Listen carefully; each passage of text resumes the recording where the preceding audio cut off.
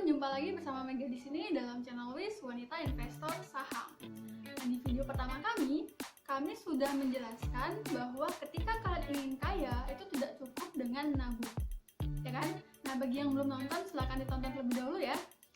Nah, kenapa dengan menabung itu tidak cukup membuat kita kaya? Karena ternyata bunga tabungan itu sendiri itu lebih kecil daripada inflasi. Jadi sebenarnya ketika kita menabung itu ternyata nilai uang kita mengalami penurunan, bukan malah nambah. Nah, itulah kenapa menabung tidak bisa bikin kalian kaya. Kalau kalian ingin kaya, kalian harus yang namanya berinvestasi, teman-teman. Nah, berinvestasi itu jenisnya ada banyak. Instrumen investasi itu udah banyak banget. Pertama itu ada deposito, yang kedua itu ada obligasi negara, yang ketiga itu ada reksadana, kemudian ada emas, ada properti, ada P2P lending, kemudian ada saham. Nah, saya pribadi itu memilih saham sebagai kendaraan saya untuk mencapai kekayaan, teman-teman. Nah, kenapa saya memilih saham?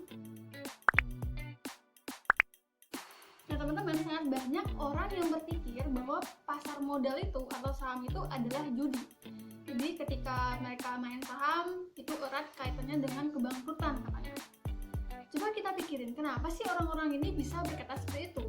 Nah, kemungkinan orang-orang tersebut tidak melakukan analisa terlebih dahulu, teman-teman. Mereka cuma beli dan jual berdasarkan ikut-ikutan teman. Jadi, dasar ketika mereka membeli atau menjual suatu saham, itu tidak ada dasarnya sama sekali. Jadi ketika mereka mengalami kerugian, mereka tidak belajar sama sekali dan bahkan menyalahkan sahamnya itu sendiri. Padahal sebenarnya yang salah adalah mereka sendiri yang tidak mau belajar. Sebenarnya pasar saham itu memiliki peluang keuntungan yang sangat tinggi, teman-teman. Nah, kenapa saya katakan begitu? Saya akan tampilkan grafik dari IHSG. Nah, IHSG itu sendiri adalah indeks harga saham gabungan, teman-teman. Nah, jadi seluruh perusahaan yang sudah listing atau yang sudah IPO di Bursa Efek Indonesia itu digabung jadi satu, itulah dia IHSG. Nah, ini saya akan tampilkan grafik dari IHSG dari tahun 2009 sampai 2019. Ini dia. Nah, bisa kalian lihat grafik IHSG tahun 2019 itu menyentuh harga 1.300, teman-teman. Kemudian pada tahun 2019 harganya naik menjadi 6.000.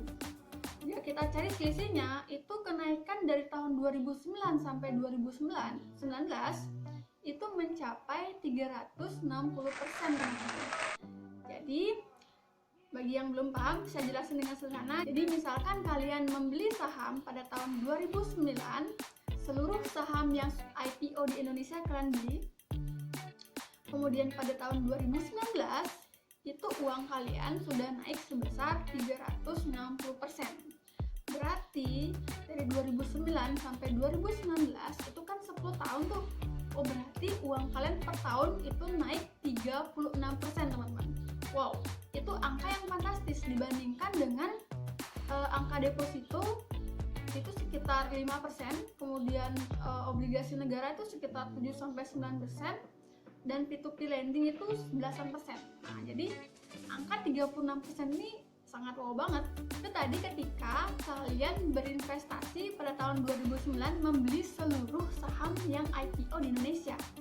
Sekarang bayangin, kalian sudah belajar, sudah berlatih skill set dan mindset, dan kalian sudah bisa nih memilih saham yang terbaik. Maka 36% tadi bisa kalian lampaui dengan mudah, teman-teman. Itu kalau kalian tahu cara dan tekniknya. Makanya saya katakan bahwa pasar modal atau saham ini itu memiliki keuntungan atau potensi keuntungan yang tinggi, teman-teman. Nah, asal kita belajar bagaimana cara menganalisa, bagaimana caranya beli dan jual di timing yang tepat. Banyak orang berpendapat bahwa di pasar modal itu memiliki risk yang sangat tinggi. Nah, itu memang benar bagi orang yang tidak mau belajar. Bagi kita yang sudah belajar, yang terus berlatih, risiko itu bisa kita minimalisir, teman-teman, dan kita bisa juga untuk mengoptimalkan keuntungannya dengan kita belajar. Nah, itulah pentingnya untuk belajar. Nah, belajar pun saya sudah bahas di video sebelumnya, dapat kita lakukan dengan berbagai hal, dengan ikut seminar, baca buku, temukan mentor, dan terpenting adalah join komunitas. Nah itulah, semoga ini bisa memberikan inspirasi kepada kalian untuk kita dapat mencapai finansial atau kebebasan finansial dengan lebih mudah dan lebih cepat, yaitu dengan berinvestasi. Sekian dari saya, semoga ini bermanfaat. Bagi yang suka dengan video ini, silakan disebarkan ke teman-temannya, dan ingat